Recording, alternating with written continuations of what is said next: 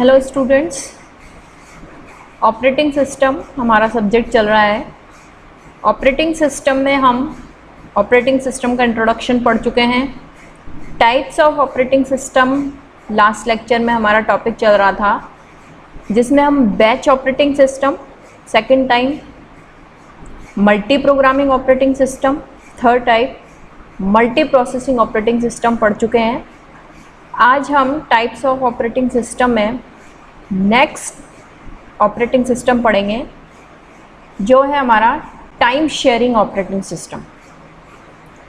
जैसे आपको नेम से ही पता चल रहा है, टाइम शेयरिंग सिस्टम या टाइम शेयरिंग ऑपरेटिंग सिस्टम, जो टाइम को शेयर करेगा किसी भी काम को करने के लिए। सपोज हमारे पास मल्टीपल जॉब्स हैं करने के लिए, तो हम क्या करते हैं, आधा घंटा एक काम करेंगे, आधा घंटा दूसरा काम करेंगे, आधा घंटा, मतलब सारे काम हमारे पैरेलल चलते रहेंगे। उसी तरह से कंप्यूटर भी, ऑपरेटिंग सिस्टम भी मल्टीपल जॉब्स में क्या करता है, सेम सीपीयू को या सेम प्रोसेसर को शेयर कर देता है टाइम बेसिस पे, टाइम स्लाइस के बेसिस पे। Time slice means time quantum, कोई भी पर्टिकुलर टाइम 4 मिली सेकेंड, 5 मिली सेकेंड, 10 मिली सेकेंड, जिससे वो जितने भी रिसोर्सेज हैं सबको यूटिलाइज कर सके या जितने भी जॉब्स हैं सबको सर्विस प्रोवाइड कर सके। Is a mechanism to provide simultaneously interactive use of computer system. Means simultaneously means computer system का एक के बाद एक सब पैरेलली यूज़ कर सकें, उस मैकेनिज्म पे बेस है time sharing operating system. There are many terminals connected to the same computer. एक ही कंप्यूटर से बहुत सारे टर्मिनल कनेक्ट रहते हैं, जिससे कंप्यूटर के थ्रू अलग अलग टास्क परफॉर्म करवाए जा सकते हैं। CPU scheduling algorithm is used. देखिए, टाइम शेयरिंग ऑपरेटिंग सिस्टम को करने के लिए, अप्लाई करने के लिए CPU शेड्यूलिंग एल्गोरिदम का यूज़ किया जाता है। CPU शेड्यूलिंग क्या होता है, नेक्स्ट यूनिट में हमारे CPU शेड्यूलिंग एल्गोरिदम टॉपिक है। CPU शेड्यूलिंग में CPU है, अब सपोज CPU के सामने 5 टास्क हैं जो उसको परफॉर्म करने हैं। अब उन 5 टास्क में से CPU पहले किस टास्क को परफॉर्म करे, किस बेस पे परफॉर्म करे, किसकी प्रायोरिटी ज़्यादा है उसके लिए, किसकी प्रायोरिटी कम है, पहले वो सबसे शॉर्ट जॉब को परफॉर्म करे या सबसे बड़े प्रोग्राम को पहले एग्जीक्यूट करवाए, तो वो डिसाइड करना ही क्या कहलाता है, CPU शेड्यूलिंग एल्गोरिदम कहलाता है। मतलब किसी न किसी बेसिस पे, किसी फॉर्मूला के बेसिस पे या किसी कंसेप्ट पे के बेसिस पे CPU को शेड्यूल किया जाता है कि वह अगर उसके पास मल्टीपल टास्क आते हैं तो वह कौन सा टास्क परफॉर्म करेगा, उसकी प्रायोरिटी क्या होगी, फर्स्ट नंबर पे कौन सा टास्क परफॉर्म करेगा, देन सेकंड नंबर पे कौन सा टास्क परफॉर्म करेगा, देन थर्ड नंबर पे कौन सा टास्क परफॉर्म करेगा। तो वो होता है CPU शेड्यूलिंग एल्गोरिदम। मींस वो एल्गोरिदम, वो मैकेनिज्म जिसको यूज़ करके CPU को शेड्यूल किया जा सकता है। Concept of time slice is use. Time slice क्या होता है, स्लाइस मीन्स पार्ट, टुकड़ा। तो किसी भी पर्टिकुलर टाइम स्लाइस के अकॉर्डिंग हम CPU को शेड्यूल कर देते हैं कि सपोज CPU के पास या प्रोसेसर के पास at a time 5 jobs perform होने के लिए आते हैं, तो वो 5 मिली सेकेंड हर एक जॉब को देगा, उसको परफॉर्म कराएगा, और नेक्स्ट 5 सेकेंड सेकेंड जॉब का टर्न होगा, नेक्स्ट 5 सेकेंड नेक्स्ट जॉब का। इस तरह 1 बाय 1 पैरेलली वो लोग एग्जीक्यूट होते रहते हैं। तो टाइम स्लाइस इसका कंसेप्ट है। टाइम स्लाइस बेस पे ही time sharing operating system work करता है, जहाँ पर हम CPU के टाइम को शेयर कर देते हैं मल्टीपल टास्क या मल्टीपल जॉब्स में। Why time sharing operating system means, time sharing operating system ही क्यों यूज़ किया जाता है, क्या इसकी नीड रही। Time sharing operating system are used to make the most of free time of a CPU।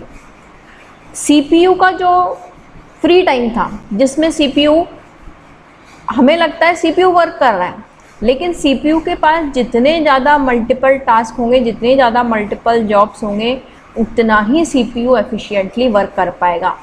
General जो आप यूज़ करते हो CPU को, आप प्रोग्रामिंग करते हो, आप उसमें गाने सुनते हो, आप उसमें गेम्स खेलते हो, आपको लगता है कि सीपीयू का बहुत प्रॉपर यूज़ हो रहा है, हम कंप्यूटर को बहुत अच्छा चला रहे हैं, लेकिन कंप्यूटर की जो एक्चुअल एफिशिएंसी है, कंप्यूटर एट ए टाइम जितना वर्क कर सकता है उसका 10% भी हम यूज़ नहीं करते हैं। मतलब CPU most of the time क्या रहता है, फ्री रहता है, आइडल स्टेट में रहता है। तो सीपीयू को प्रॉपरली यूटिलाइज करने के लिए टाइम शेयरिंग ऑपरेटिंग सिस्टम का यूज़ किया गया, ताकि आप किसी एक ही टास्क को परफॉर्म नहीं करके मल्टीपल टास्क को परफॉर्म कर सको। एक ही processor at a time multiple jobs में डिवाइड होके उनको एग्जीक्यूट करवा सके। Time sharing operating system are used to allow many users use the same system such as in an office or a school. अब टाइम शेयरिंग ऑपरेटिंग सिस्टम जो होता है उसमें ऐसा नहीं है कि टाइम शेयर हो रहा है और काफ़ी सारे प्रोग्राम्स एग्जीक्यूट हो रहे हैं। उस एक ही सीपीयू को, उस एक ही सेम सिस्टम को मल्टीपल यूज़र्स भी एक्सेस कर सकते हैं ऑफिसेज में, स्कूल्स में, और उस एक सिस्टम के थ्रू ही वर्क हो सकता है कि आप उसको एक्सेस कर रहे हो, बट वर्क कहाँ हो रहा है, सिंगल प्रोसेसर पे ही हो रहा है, तो उसको भी हम क्या कहेंगे, टाइम शेयरिंग ऑपरेटिंग सिस्टम कहेंगे। मतलब बहुत सारे यूज़र सेम सीपीयू को यूज़ करके, सेम मेमोरी को यूज़ करके, सेम प्रोसेसर को यूज़ करके कंप्यूटर एग्जीक्यूशन या प्रोग्राम एग्जीक्यूशन कंप्लीट करवाते हैं।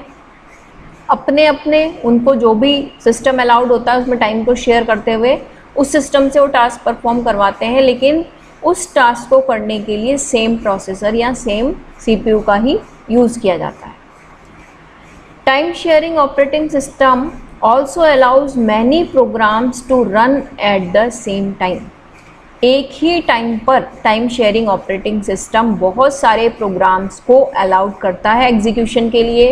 सपोज आप वर्ड में एक डॉक्यूमेंट अपना टाइप कर रहे हैं, that is also a program, that is also a task. आप साथ में विंडो मीडिया प्लेयर पे गाने भी सुन रहे हैं। आपने प्रिंट आउट निकालने के लिए, आपको 100 पेजेस का प्रिंट आउट निकालना है, आपने 100 पेजेस के लिए प्रिंट आउट निकालने के लिए प्रिंट ऑप्शन भी दिया हुआ है।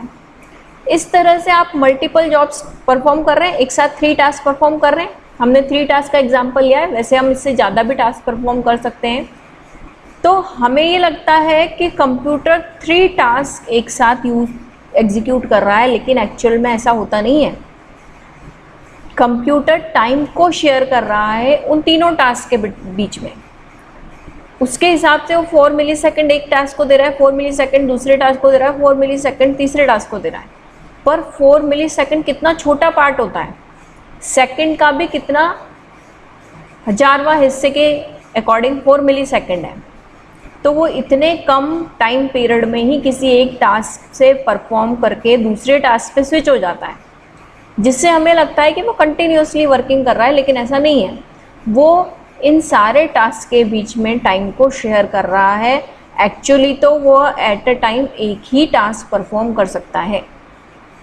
ठीक है, तो कई बार होता है आपका कुछ बैकग्राउंड में कुछ टास्क चल रहा होता है, आप कुछ टाइप कर रहे होते हैं, टाइप करते करते आपको ऐसा लगता है कि आपने कीबोर्ड से की प्रेस की, लेकिन क्या होता है आपकी स्क्रीन पे थोड़ी देर बाद आपको प्रिंट होते हुए नज़र आते हैं।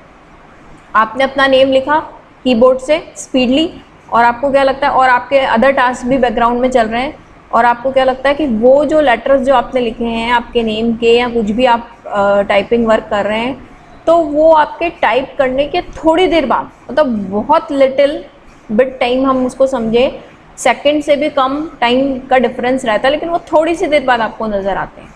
क्यों नज़र आते हैं? क्योंकि उस टाइम पर सीपीयू कोई और टास्क परफॉर्म कर रहा होता है। ठीक है, तो इस तरह से टाइम को शेयर करते हुए अगर ऑपरेटिंग सिस्टम मल्टीपल टास्क को परफॉर्म करता है तो उसको अपन क्या कहते हैं, टाइम शेयरिंग ऑपरेटिंग सिस्टम कहते हैं। टाइम शेयरिंग ऑपरेटिंग सिस्टम की बहुत सारी एडवांटेजेस हैं। फर्स्ट तो reduce CPU idle time. Idle time पहले भी मैंने बताया था, सीपीयू आइडल टाइम मतलब जिस टाइम पर सीपीयू कोई टास्क परफॉर्म नहीं कर रहा है, तो इससे सीपीयू का आइडल टाइम रिड्यूस होता है। अगर आप उसको एक साथ 5 टास्क 10 टास्क परफॉर्म करने के लिए दोगे तो वो अपनी मैक्सिमम एफिशिएंसी लगा के उन सारे टास्क को स्पीडली परफॉर्म करेगा।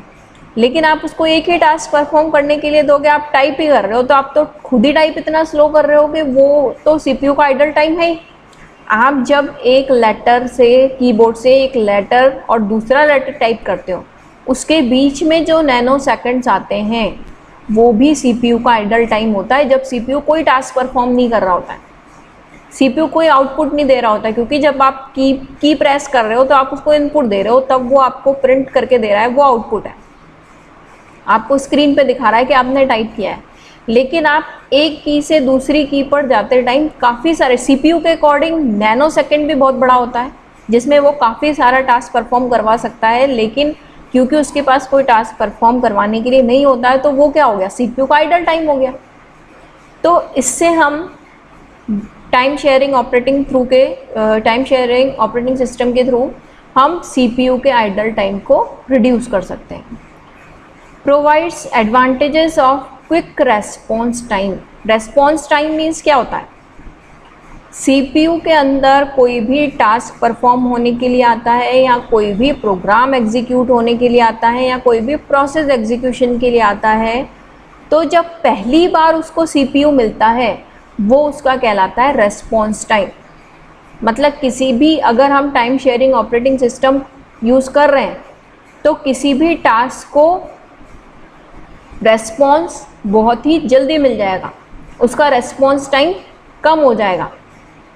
मतलब पहले वो पहला टास्क परफॉर्म करेगा, सपोज आपको प्रिंटिंग करनी है, आप ऑलरेडी टाइपिंग कर रहे हो, आपका गाना चल रहा है, अब आप प्रिंट ऑप्शन दोगे और टाइम शेयरिंग ऑपरेटिंग सिस्टम पे वो नहीं है आपका सिस्टम, तो क्या होगा, पहले आपका सॉन्ग ख़त्म होगा, फिर आप जो टाइप कर रहे हो वो टाइप टास्क परफॉर्म होगा, देन उसके बाद वो प्रिंटिंग टास्क से स्टार्ट करेगा। तो प्रिंटिंग टास्क जो है, या वो प्रोग्राम है, या वो प्रोसेस है, उसका रेस्पॉन्स टाइम बहुत ही ज़्यादा हो गया।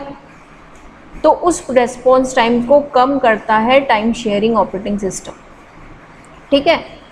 Offers good computing facility to small users, means छोटे छोटे जो टास्क हैं हमारे, वर्ड प्रोसेसर, आप मेल कर रहे हो, आप वेब ब्राउज़र पे कुछ कर रहे हो, एंटीवायरस के थ्रू आप कुछ डिटेक्ट कर रहे हो, तो उन छोटे छोटे टास्क में अच्छी कंप्यूटिंग फैसिलिटी प्रोवाइड करता है टाइम शेयरिंग ऑपरेटिंग सिस्टम। अब एडवांटेजेस के साथ साथ टाइम शेयरिंग ऑपरेटिंग सिस्टम की कुछ डिसएडवांटेजेस भी हैं।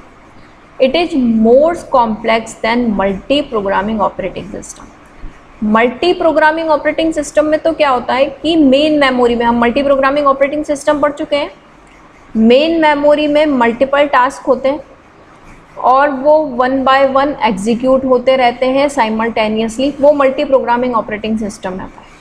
मतलब कोई एक टास्क पूरा उसका एग्जीक्यूशन कंप्लीट करने के बाद नेक्स्ट सेकंड टास्क पे आता है multi programming operating system, then उसका एग्जीक्यूशन कंप्लीट कर लेगा, देन थर्ड टास्क पे आएगा, तो वो आपका मल्टी प्रोग्रामिंग ऑपरेटिंग सिस्टम। लेकिन टाइम शेयरिंग ऑपरेटिंग सिस्टम क्या है, सपोज आपके पास 5 टास्क हैं परफॉर्म करने के लिए, 5 प्रोग्राम्स हैं, तो ऑपरेटिंग सिस्टम क्या कर रहा है, टाइम को शेयर कर रहा है। 4 मिलीसेकंड वो फर्स्ट टास्क को देगा, नेक्स्ट 4 सेकंड टास्क को देगा, नेक्स्ट 4 थर्ड टास्क को देगा, नेक्स्ट 4 फोर्थ टास्क को देगा, नेक्स्ट 4 फिफ्थ टास्क को देगा, देन वापस फर्स्ट टास्क का नंबर आ जाएगा, फिर first second third fourth 5, first second third fourth fifth, जब तक उनका एग्जीक्यूशन कंप्लीट नहीं हो जाता वो टाइम को शेयर करता रहेगा इन प्रोसेसेस के बीच में। तो इस तरह से मल्टी प्रोग्रामिंग से ज़्यादा कॉम्प्लेक्स हो जाता है time sharing operating system. It requires CPU scheduling. CPU scheduling का कंसेप्ट अगर नहीं हो, CPU शेड्यूलिंग की फैसिलिटी नहीं हो, तो हम टाइम शेयरिंग ऑपरेटिंग सिस्टम को अप्लाई नहीं कर सकते। It requires disc management. अब 5 प्रोसेस एक साथ मेन मेमोरी में एग्जीक्यूट हो रहे हैं, तो उन 5 प्रोसेसेस को के लिए मेमोरी को डिस्क मैनेजमेंट भी बहुत इंपॉर्टेंट फैक्टर हो जाता है। अगर डिस्क मैनेजमेंट प्रॉपर नहीं होगा तो पहले टास्क जो आप परफॉर्म कर रहे हो उसमें 4 मिलीसेकंड उसने दिया, वो सेकंड टास्क पे आ गया, तो पहले टास्क को लगेगा कि उसका एग्जीक्यूशन कंप्लीट हो गया और वो सेकेंडरी मेमोरी में चला जाएगा। तो 5 टास्क जो आपके एक साथ एग्जीक्यूट हो रहे हैं उनको मेन मेमोरी में रहने के लिए, प्राइमरी मेमोरी में रहने के लिए भी proper memory management, proper disc management की रिक्वायरमेंट होगी। ठीक है, ये आपका था time sharing operating system. Okay, thank you.